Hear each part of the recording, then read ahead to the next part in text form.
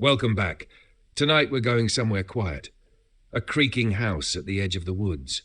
A place where the floorboards knock after midnight, and the walls remember you, even if you don't remember them. This is a slow descent into the forgotten, the familiar, and something buried beneath it all that's been waiting patiently to be let in. So turn down the lights, settle into your bed and listen carefully, because tonight's story is called The Sound Beneath the Floorboard. It was the kind of house that looked quiet even in a storm. Cora Ellis stood at the bottom of the sagging stone steps, keys in hand, rain misting in sideways from the trees. The moving truck had left an hour ago, and now it was just her and the house, her late uncle's place, deeded over after he passed alone in a hospice somewhere upstate. She hadn't known him well. Barely at all, truth be told. But the letter from the lawyer had been clear. The house was hers. Paid off. Nothing owed. Just waiting. It was the silence that caught her first. Not the kind of silence you find in a country home, punctuated by birdsong or the occasional hum of distant tyres on gravel. This was a kind of stillness that pressed in like a held breath. The wind passed over the roof with a sigh, but nothing creaked. No trees scraped against the siding. The gutters didn't clatter. It felt withheld, like something was waiting. Cora wiped her boots on the mat and turned the lock. Inside, the air was cold and a little damp, as though the house had been underwater for years and had only recently surfaced. The foyer was narrow, the wallpaper yellowed and curled in spots. To the left, a parlour with lace-covered furniture. To the right, a hallway that stretched past a staircase and disappeared into dark. "Okay," she muttered, stepping in fully and closing the door behind her. The sound of it shutting echoed longer than it should have. The parlour looked exactly like she remembered, what little she did remember. She must have visited this place once, maybe twice when she was a child. A Christmas, maybe. Some old photograph fluttered in her mind, her mother younger, her uncle tall and lean, leaning in from the corner of the frame. Always a bit of a recluse. Her mom used to joke that he belonged to the furniture. She set her bag down on the sagging floral couch and rubbed her arms. The heater wasn't running. In fact, she realized there was no sound at all, not even the subtle hum of electricity. Cora moved through the room and into the hallway. Floorboards groaned beneath her with each step, but only the ones behind her. She noticed that. The kitchen was worse. Wallpaper peeled in sheets near the ceiling, an old linoleum floor cracked at the seams. The fridge looked like it hadn't worked since the Clinton administration.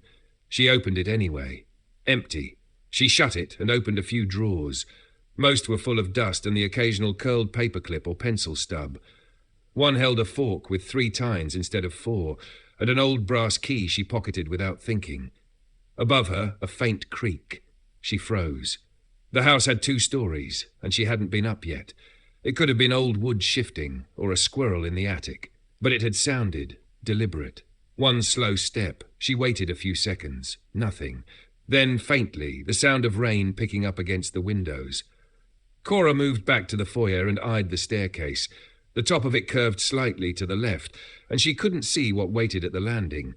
A shadow passed just for a second, but it may have been her own. She shook her head. "You're tired," she said out loud, the sound of her voice making her flinch. "It's just a house." She climbed the stairs slowly, the old wood moaning beneath her feet. Dust lingered in the air like it'd been waiting for movement. Upstairs, the hallway was narrow and close. On one side, a closed door. On the other, 2 open ones. One to a small bathroom, the other to what looked like a guest room. She chose the closed door. Inside was a bedroom, probably her uncle's.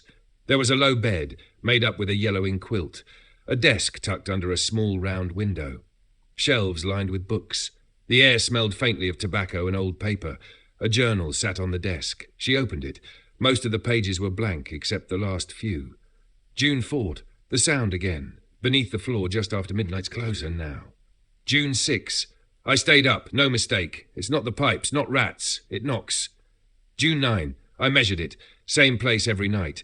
Exactly beneath the bed. June 11th. I knocked back. It paused. Then it laughed. Cora stared at the final line. There were no entries after that. She glanced down at the floorboards beneath the desk. Nothing unusual, just wide, scuffed wood planks. Her eyes drifted toward the bed. The journal said the sound came from beneath it. The bed was low to the floor, and the light in the room had grown dim with the storm. Still she crouched and looked under. Nothing, just dust and an old slipper. Still crouched, she heard it again. Knock. A soft sound, muffled, slow, right beneath her feet. Cora sprang up so fast she knocked the chair over. Her breath caught, heart hammering. She backed toward the doorway and flicked the light switch. Nothing. No power. She shut the door behind her and returned downstairs, every step echoing. In the parlour again, she dug out her phone and checked the time. 5:11 p.m. The rain still hadn't let up. No cell service, no Wi-Fi, no TV. She lit the fireplace with one of the old matches she found in a drawer and sat near it, watching shadows flicker across the lace curtains.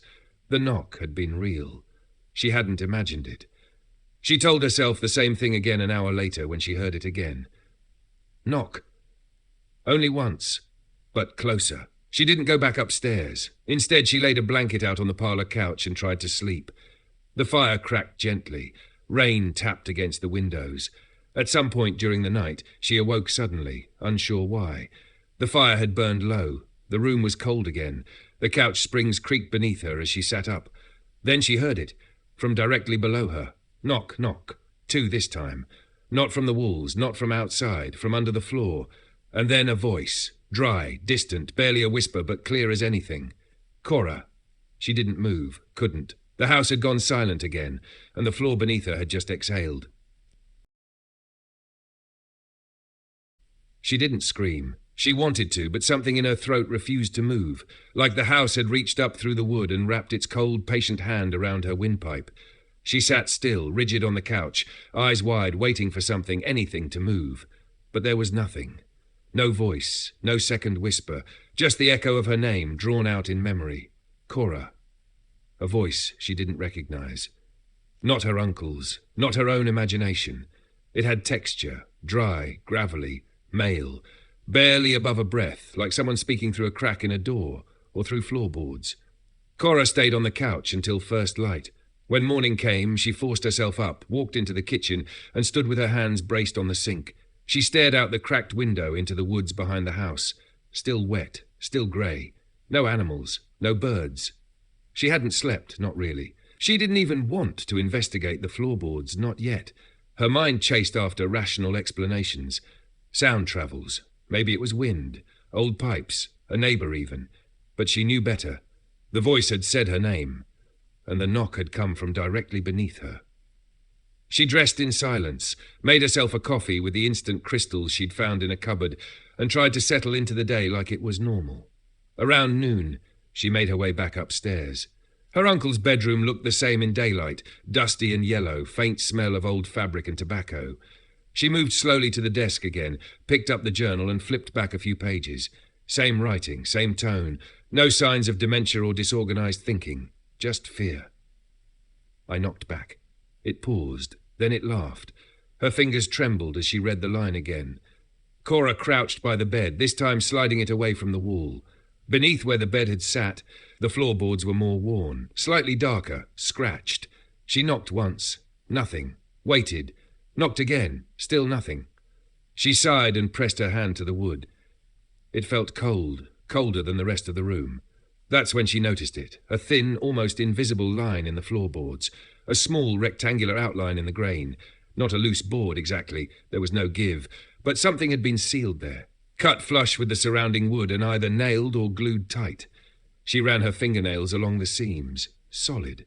She found a screwdriver in the kitchen drawer and returned upstairs. Cora crouched again and began prying gently at the edge. After a few minutes, something did shift, a faint click. One side of the panel lifted, revealing a small compartment beneath. Her breath caught. Inside was a small bundle, wrapped in cloth.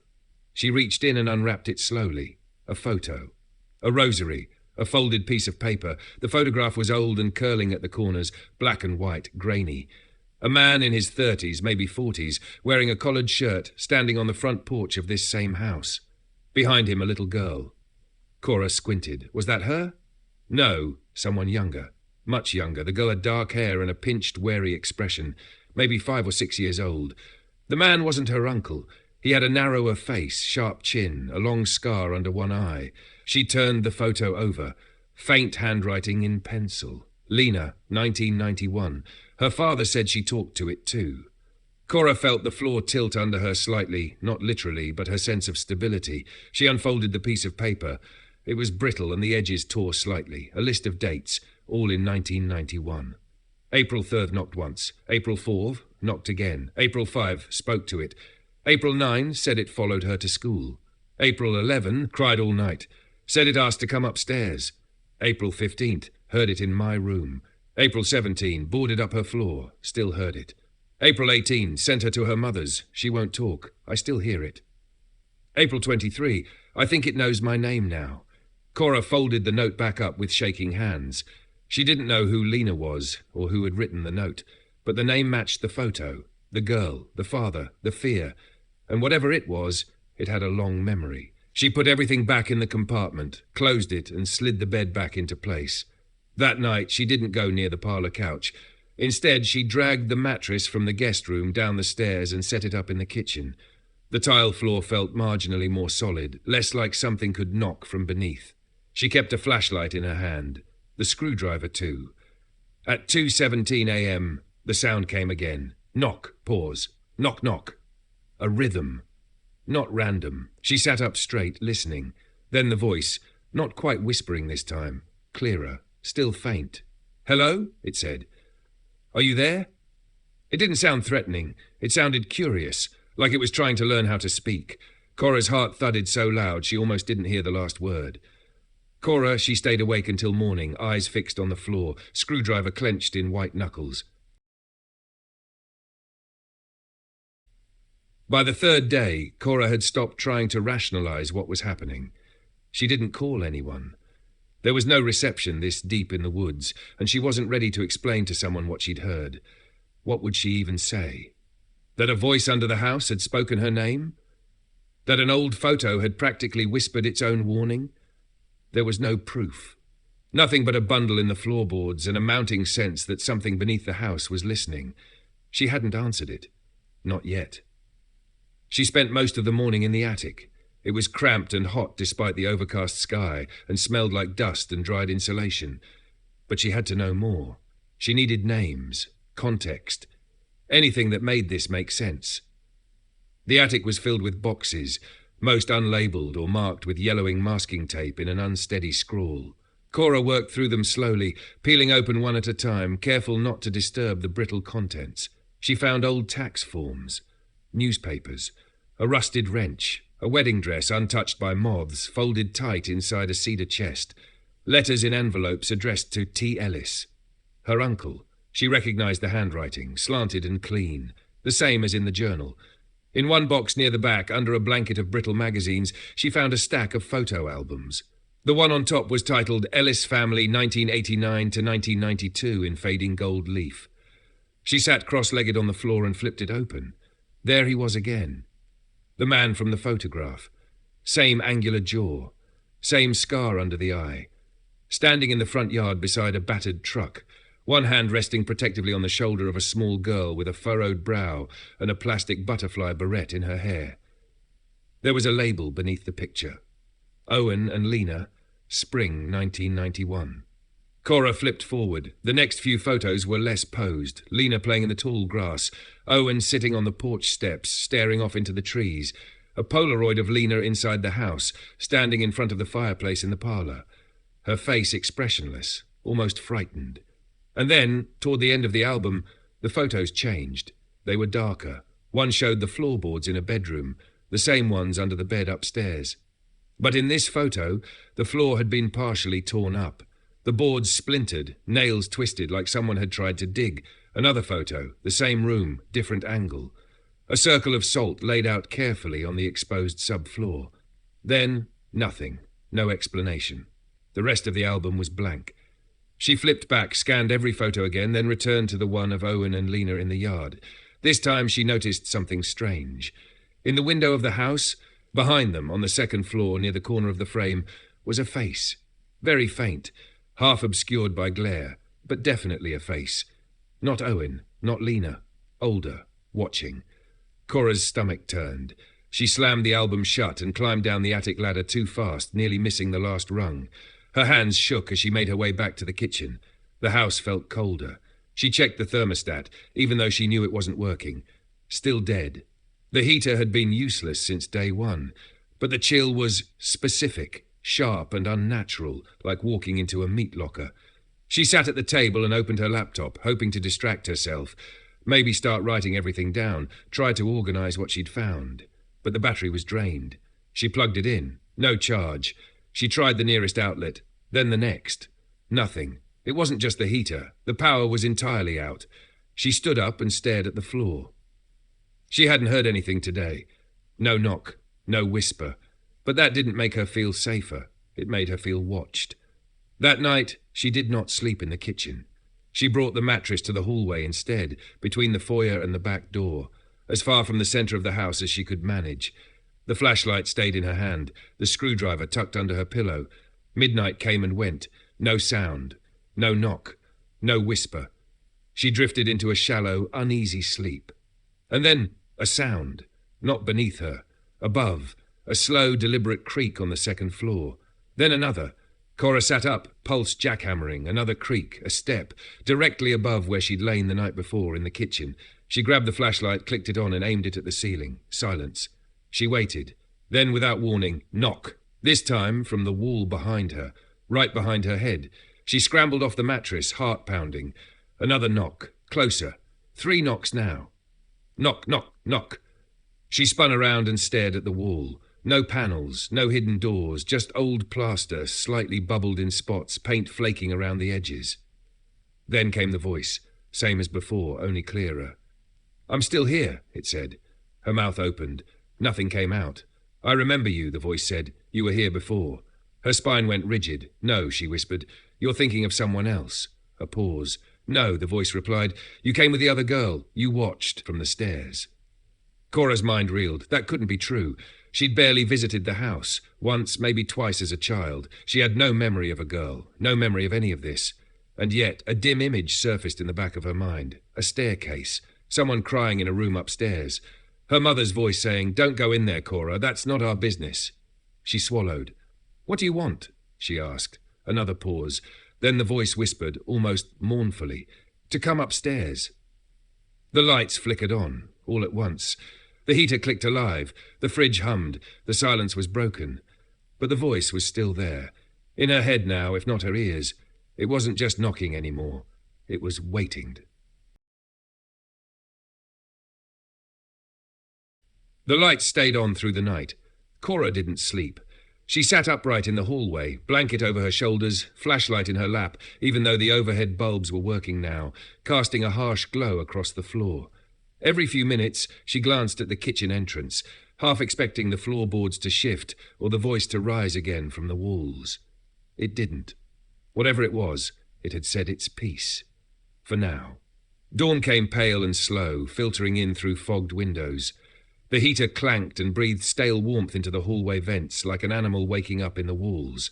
When she finally moved, it was mechanical. Coffee, jacket, notebook. She had started writing it all down, everything she'd found, heard, remembered. She needed to see it laid out in her own words, like arranging a skeleton bone by bone. To make it real. Entry. Day 4, 6:13 a.m. Voice knows my name, knows things I don't remember. Power went out, came back, correlated with the voice. Owen Ellis, uncle, and daughter Lena lived here, 1991. Lena may have spoken to the same thing. Owen documented events, possibly went mad, possibly not. Something wants to come upstairs. She underlined that last sentence twice. She could no longer pretend this was just an old house settling. Something was inside, or underneath the house, something that remembered her, something that had spoken to a little girl decades ago, and now it wanted... what? An invitation? She stood in the kitchen with the photo album open again, stared at the pictures of Lena, a pinched little girl, too old in the eyes for her age. There was a sadness in the photos, even the ones where she was supposed to be playing. Then she saw it. A note tucked behind the last photo, folded small. Pushed into the album's back sleeve. She opened it gently. "If you hear it, don't speak. If you speak, don't answer. If you answer, don't lie." No name, no date. Cora read it twice. A shiver ran through her. Later that day, she ventured outside. She hadn't left the property since she arrived, and she needed to clear her head. The rain had finally stopped, leaving the trees dripping and the earth spongy underfoot. The old woods behind the house pressed in with moss-covered trunks and low, creeping vines. Cora followed the path that wound around the back, past the overgrown vegetable garden and the rusting tool shed. The air smelled of wet bark and decaying leaves. Birds called far off, cautious. A squirrel darted across the path, vanishing into underbrush. It was the first living thing she'd seen since arriving. She was halfway around the side of the house when she noticed it, an old hatch covered in black plastic sheeting, half swallowed by ivy. The hinges were rusted, a padlock hung slack, long broken. It led under the house, a crawl space. The air shifted as if the forest itself had taken a breath. She hesitated, hand on the hatch, then backed away. Not yet. Instead, she turned and walked back toward the porch, only to stop again when she saw the footprints. Just one set, bare feet. In the mud, leading from the back of the house toward the garden, too small to be hers. Toes wide, as though whoever made them dragged their feet slightly with each step. There hadn't been any children here. No visitors, no one but her. She followed them. They vanished halfway down the slope, as if the walker had simply lifted into the air, or sunk. She stood there a long time. When she went back inside, the footprints were also on the floorboards by the back door. 1, 2, then gone. She knelt down and touched them. Wet. Recent. The heater kicked off with a clunk. That night she sat by the fireplace, the journal on her knees. She reread Owen's entries, one after the other. The paranoia, the pattern, the descent. She didn't think he'd gone mad. She thought he'd been broken. Slowly. Like a chair losing a leg at a time. The knock didn't come that night, but a sound did. At 3:03 a.m., a low, rhythmic thudding from the walls. So deep she felt it in her chest before she heard it in her ears. Not hammering. Not pounding. Breathing. She clicked on the flashlight, moved toward the parlour. The sound stopped. The light flickered. A single knock came from the fireplace. She turned sharply, heart hammering. No voice, just the knock. It came again. Slower this time, not from beneath. From inside the chimney. She backed up and then something slipped free and fell to the hearth, a small folded object coated in soot and spider webs. She waited, staring at it before finally stepping forward. A scrap of cloth, wrapped around something hard. She opened it. A tooth, yellowed, human, cracked down the middle like it had been wrenched out violently. The cloth had something stitched onto it, a word almost unreadable in faded red thread. Down. She dropped it, backed away. The fireplace creaked once, just the wood contracting, she told herself, but it sounded too much like a door shutting. Entry day 4. Footprints outside, barefoot, child-sized. Voice now inside walls, possibly in chimney. Found a tooth, wrapped in cloth. Down. Something wants me to go under the house. She put down the pen. Her throat was dry. She hadn't spoken in hours. Not to anyone. Not to it. And she wouldn't. Not yet. But she could feel it watching. From beneath the floorboard, from inside the chimney, from the walls and maybe even the wiring. It was patient. It had waited for Lena. Now it was waiting for her. The next morning came with light that felt wrong. Too dim, despite the cloudless sky. The air was brittle in her lungs, like it had been filtered through something old and unnatural before reaching her. Cora woke on the floor of the hallway again. She didn't remember falling asleep. Her mouth was dry. Her limbs ached like she'd been holding herself tense all night. The tooth, the one wrapped in cloth, sat where she had left it, on the windowsill above the fireplace, looking almost deliberate in its placement. She hadn't touched it since.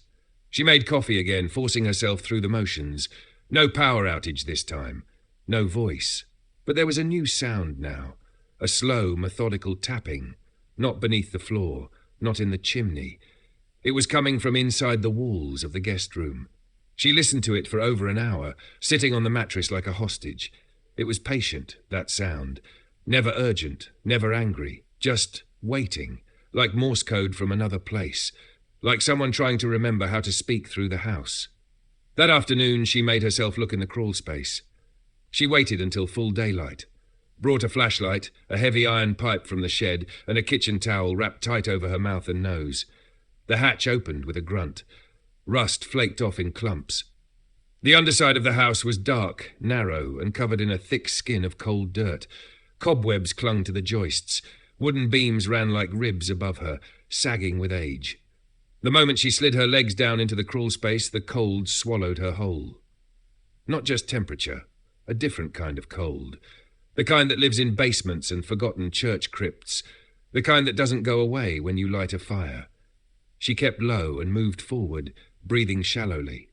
Her flashlight carved a thin tunnel through the dark. 10 feet in, she found the first markings. Scratched into the support beams, ragged and deep, like fingernails or something harder had etched them there. I said no. I said no. I said no, repeated again and again, each letter shallow and frantic. The boards dented with pressure. Farther in, the smell changed, rot and wet copper. She covered her nose tighter. Something caught her beam to the left.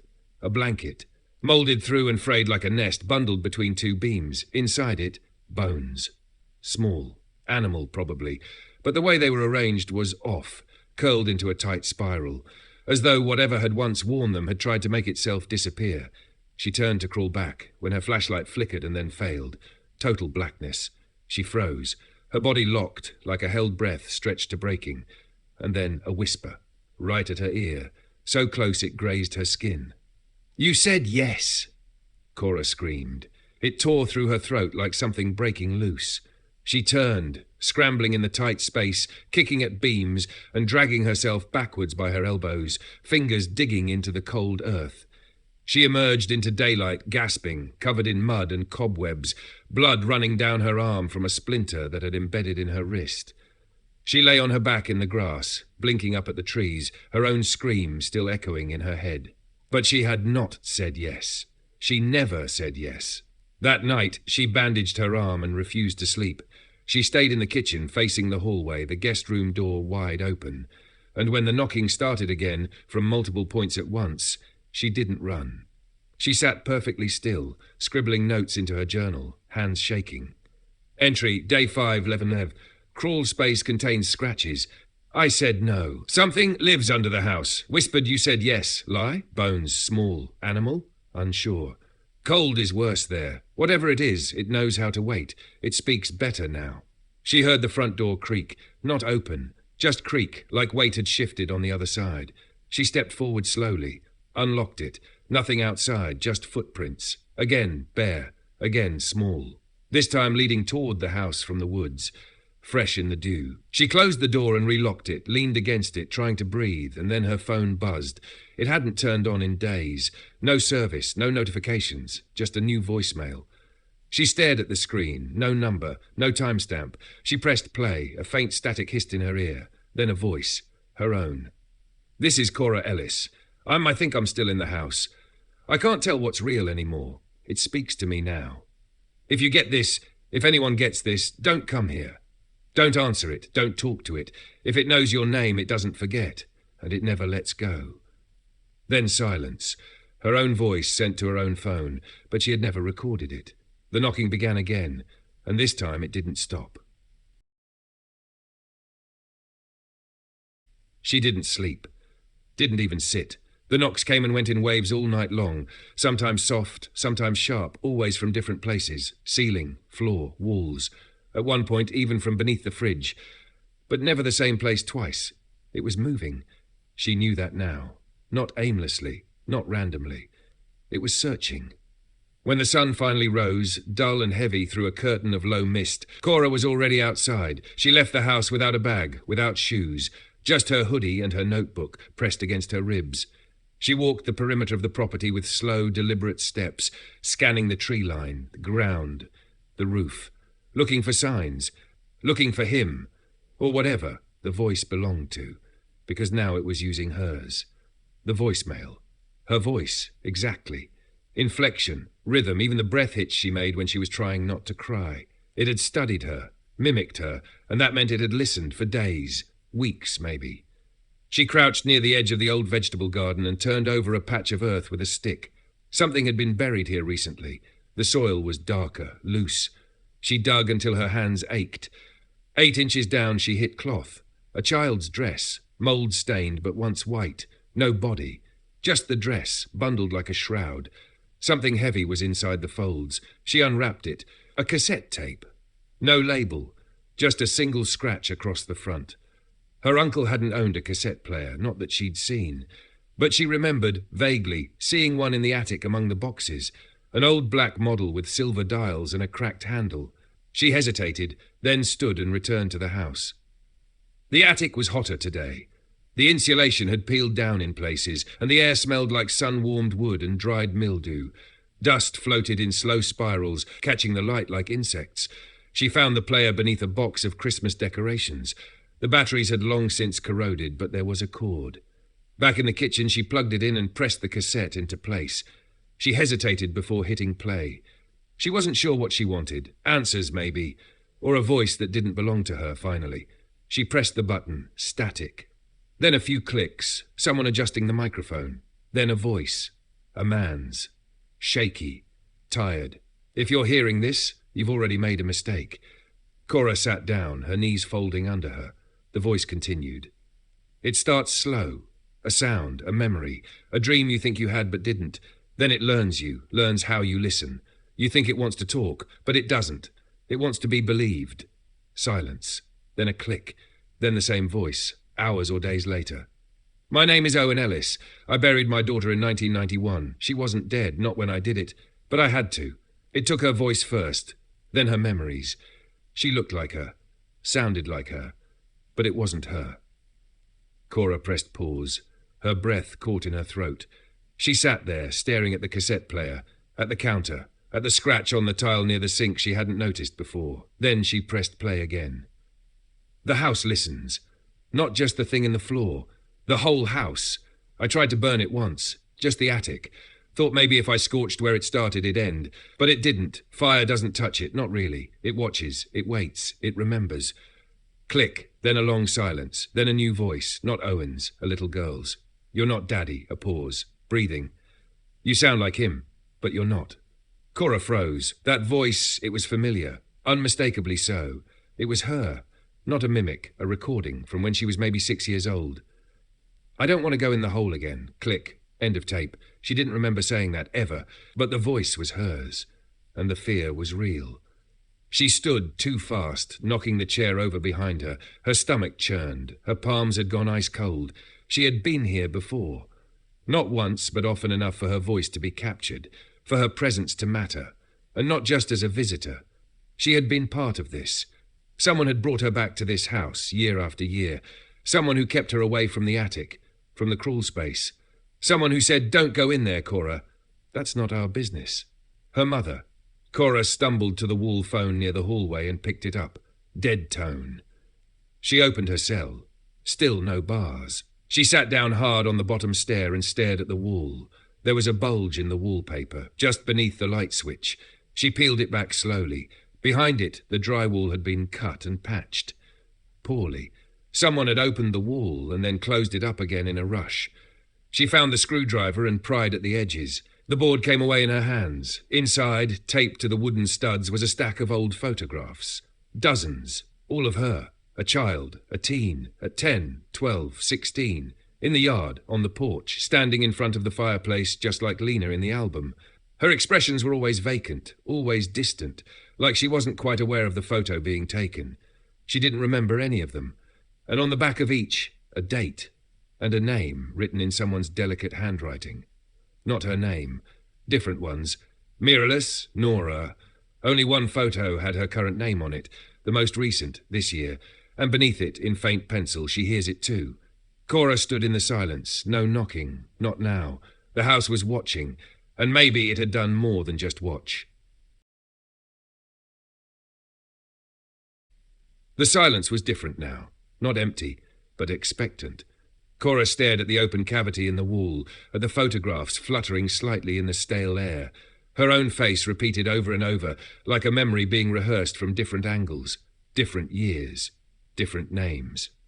She backed away slowly and let the drywall fall from her hands. It landed with a dull slap against the hardwood. The names on the back of the photographs, Mira, Elise, Nora, weren't hers, but they were versions of her, her face, her eyes. In each one she looked subtly off, pale, slack-jawed. The kind of stare you'd find in a wax museum or a yearbook photo taken just after the smile faded. What kind of house did that? What kind of family kept that? She felt sick. She wanted to leave. Just drive. Get in her car and not look back. But even as the idea sparked, something inside her knew it wouldn't let her go yet. She spent the rest of the afternoon upstairs, searching. She tore through drawers, closets, trunks. She found old receipts. A half-burned Polaroid of a birthday cake with 5 candles. The stub of a boarding pass dated July 1993. Her mother's maiden name on the top. Ellis. The attic yielded nothing new. The crawl space, she refused to go near it. But there was one door she hadn't opened yet. The small room at the end of the hallway. Her uncle had always kept it locked. As a child, she'd stood outside it once, while voices whispered inside. Not words exactly, but urgency. She approached it now with measured steps. The knob was loose. She turned it. It opened with a sigh, like air escaping something long sealed. The room was windowless and small, more of a storage space than a bedroom. Dust floated in sheets.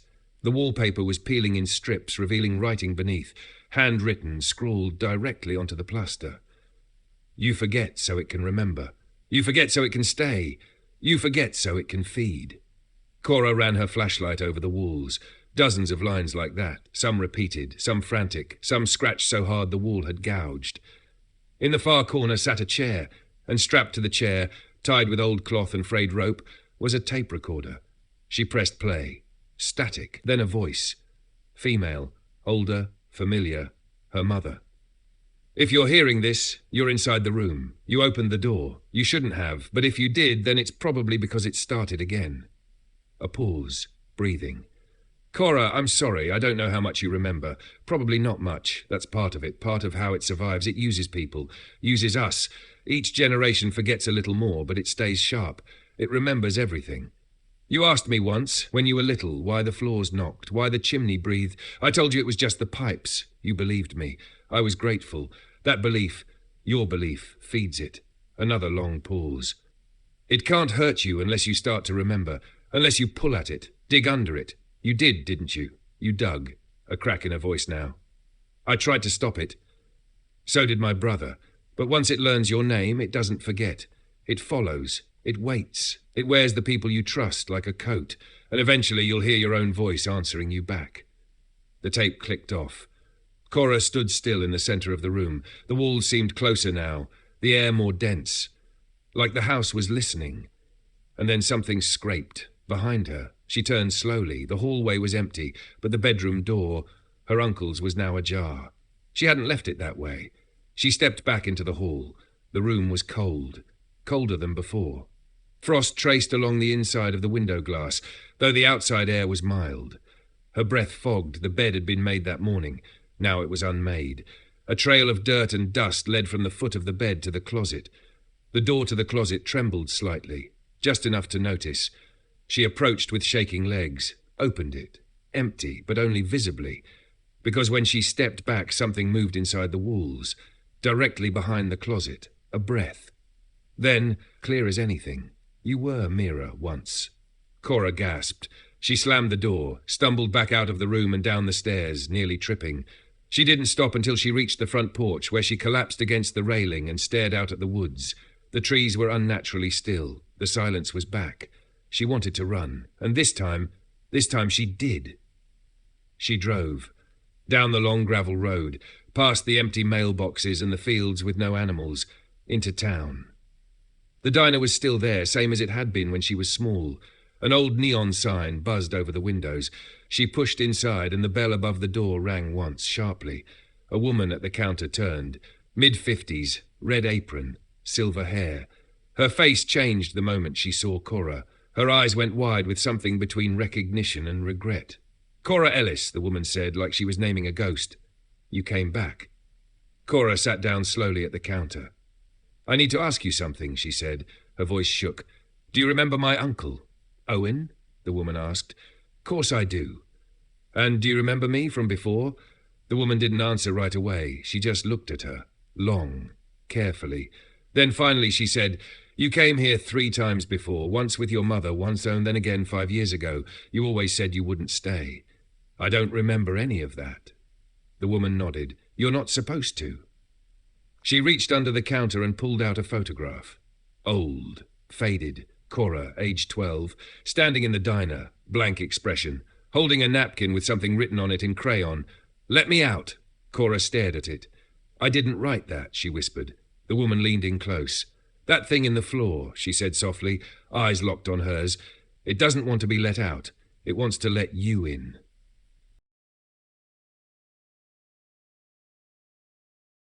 The woman behind the counter said nothing else, just turned slowly and walked into the back of the diner, leaving Cora alone at the counter with her coffee cooling untouched.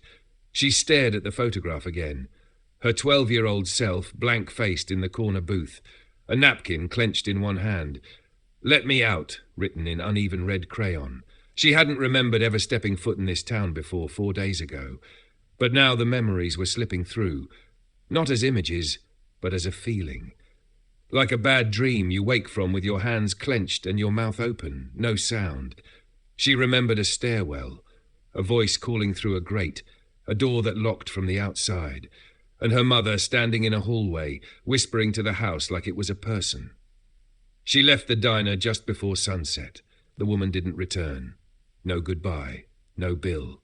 Outside, the sky was pale orange, the trees bending in slow wind.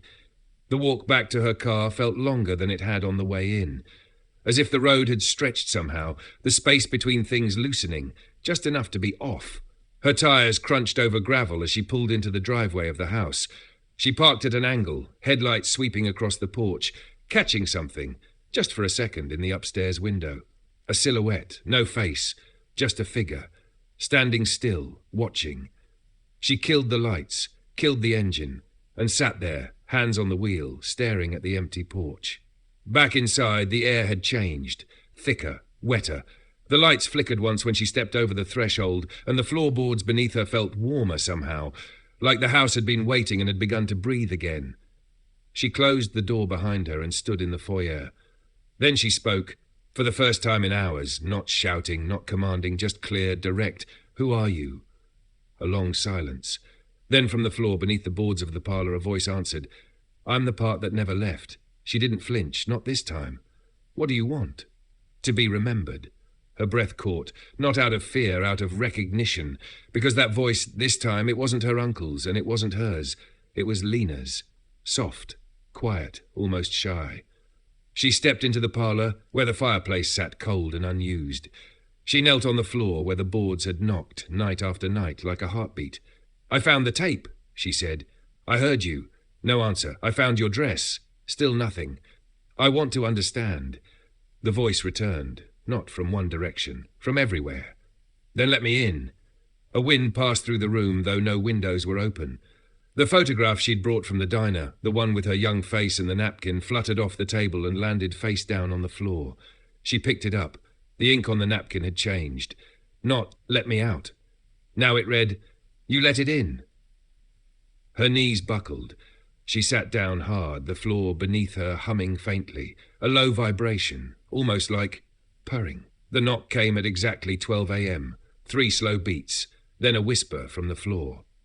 "She brought you here not to escape it, to give it someone new." She closed her eyes.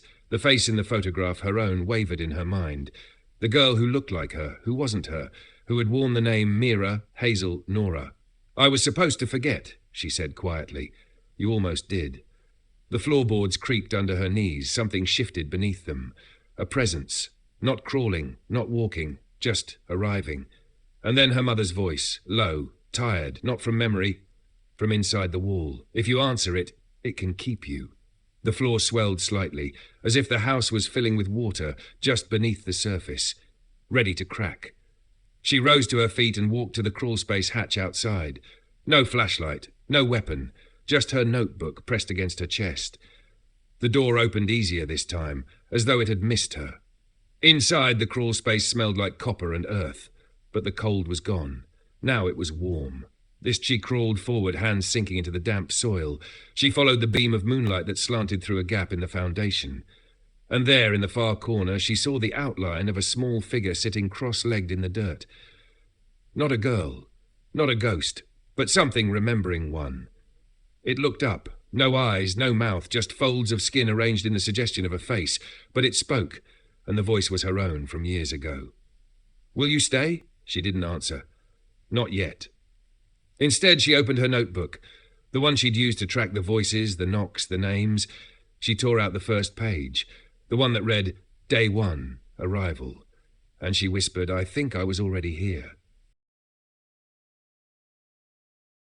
She stayed under the house until the light shifted, until the thin grey beam of moonlight through the gap disappeared completely, replaced by a stifling dark that seemed to press against her skin. The thing that wore her voice, that remembered being Lena and Mira and all the others, didn't move, didn't breathe, just waited. Cora didn't speak again.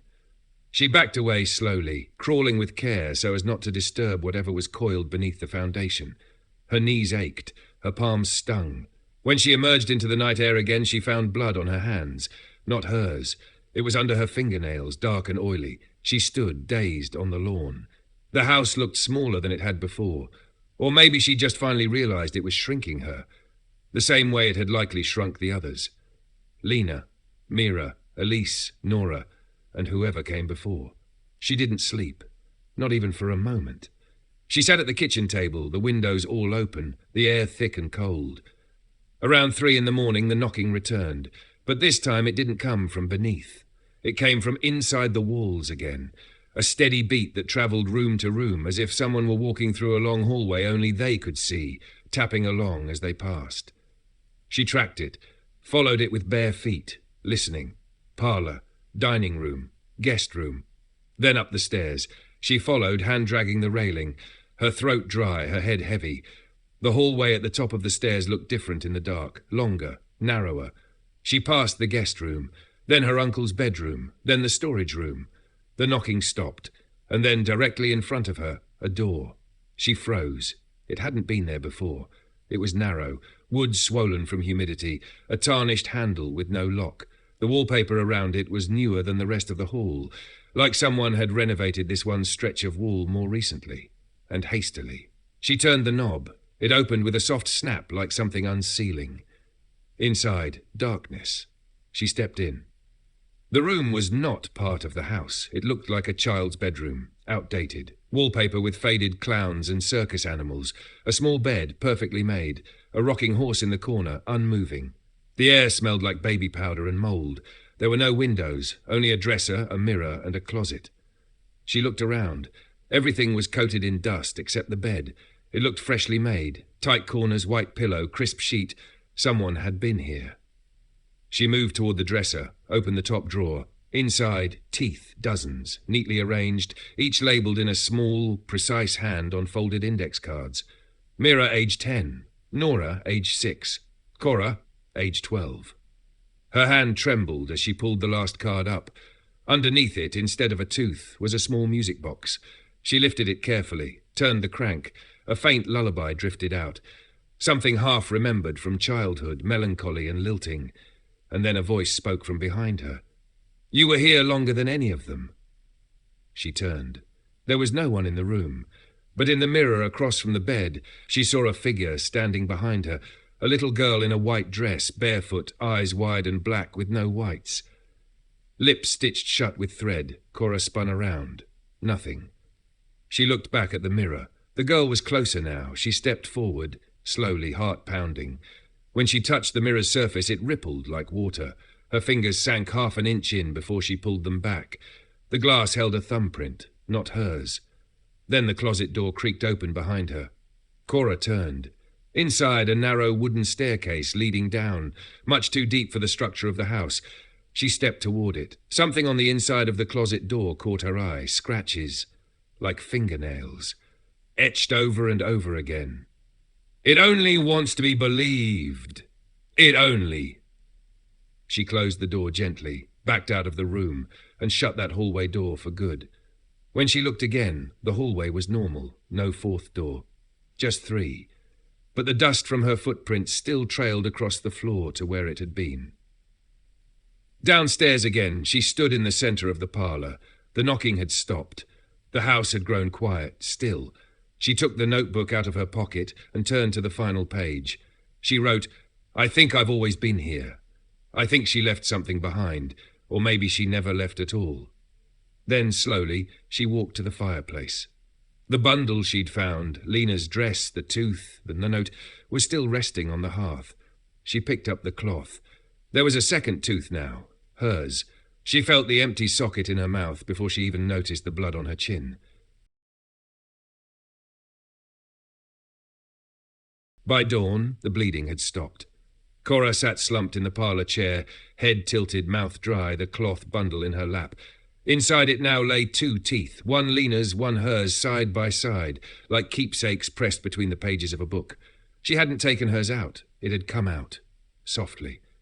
In her sleep, maybe, or during the hour where she couldn't tell if she was dreaming. She could still feel the socket, hollow, warm. Outside, the birds did not return. The air was still, and the house had gone quiet in a way that felt intentional. Around 9 a.m., the doorbell rang.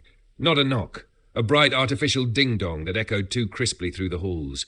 Cora stood slowly, legs stiff, and stepped to the window.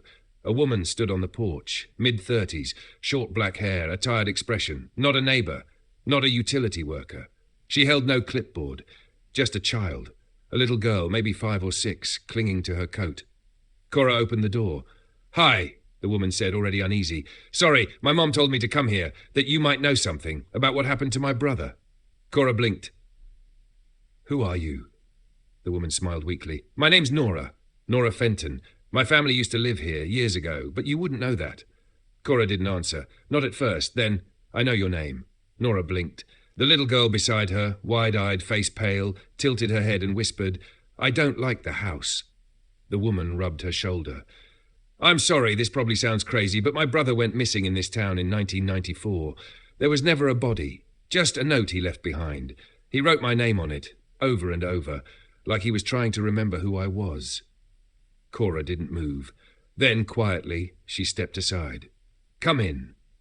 They sat in the kitchen, the windows open, a pot of water boiling on the stove, though neither of them had asked for tea. Nora kept her coat on. The little girl stayed quiet, eyes fixed on the floorboards, like she was listening to something no one else could hear. "I've been having dreams," Nora said finally. "Since I was a kid, always the same house, always the same door at the end of the hallway. Only, it's never in the same place, and I never remember what's inside until I wake up." Cora nodded. "It's the room that's not supposed to be there." Nora looked up. "You've seen it?" Cora said nothing. Instead, she reached for the notebook, flipped to the page marked names. She pointed at the line, "Nora, age 8. The tooth is gone." Nora stared. The little girl, her daughter, Cora guessed, finally spoke. "Mom?" Nora looked down. The girl pointed at the floor. "There's someone under us." Cora stood slowly. "Not afraid. Not anymore. Where's your brother?" she asked. Nora's voice was dry. "Gone. Long gone." "No, he's not." She turned to the hallway and began to pull back the rug. The trapdoor was real, not part of the original crawl space. This one had been added later, precise cuts, iron latch. Her uncle must have built it, or someone before him. Maybe each person added their own entry point, their own offering. Cora opened it. The air that came up smelled like rust and salt. She grabbed the flashlight, climbed down. The chamber beneath the trapdoor wasn't dirt. It was stone, circular, wet. The walls wept with condensation. Symbols were carved deep into the rock, symbols she recognized now because she'd seen them in her dreams. Spirals, lattices, a shape like a tooth surrounded by flames. In the center of the room, a pool of black water, still, deep, no reflection. And just beyond it, slumped against the far wall, a small, sunken figure. Cora stepped forward. Dead a long time, but not decayed. His skin was waxy, preserved, his eyes open, staring through her. But it wasn't the boy that made her stop. It was what sat beside him. A small, unfinished figure. Childlike, boneless, pale. It was building itself out of what it remembered. A foot that was too long, a jaw with no chin, a hand with 6 fingers. It shuddered as it formed, and then it spoke, not in words, in feelings. Grief, hunger, longing. Cora crouched, staring at it. "You've kept them," she whispered. The thing twitched. "You keep all of us." It turned its eyeless face toward her and smiled. Then, in a dozen voices, Mira's, Lena's, her own, it asked, "Will you stay?" Upstairs, Nora was calling. Her voice echoed down the shaft. "Cora, you okay?" Cora looked at the thing. then at the boy, then down at her own hands. Another tooth was loose. Her body had already started to give something up. She pressed her notebook into the hands of the dead boy. Gently, like placing something holy, and whispered, "Tell them everything." She climbed out of the hole, face pale, hands trembling. Nora met her at the kitchen door. "You found him, didn't you?" Cora nodded. "You should leave," she said. "Tonight. But no more questions, no more digging. Take your daughter. Don't come back." Nora hesitated, then turned. The little girl clutched her hand. They crossed the porch as the sun began to set. Cora stood at the threshold, watching. Behind her, the house had begun to breathe again. In the parlour, the fireplace crackled to life, though no one had lit it. The air smelled of soil. And downstairs, beneath the stone, beneath the floorboards and years fitting, something waited. Not a monster, not a ghost, just a thing that remembered everyone who had ever stayed, everyone who had ever answered. And now it had her name too. But the knocking continues.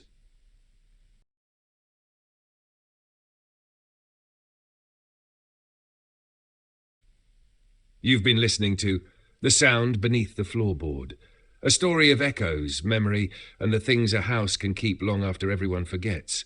Maybe now, as you lie in bed, you'll notice the stillness in your own walls. Or maybe, just maybe, you'll hear something knock once, then again. Don't answer. Just sleep, if you can. Thanks for listening. And whatever you do, don't pull up the floorboards.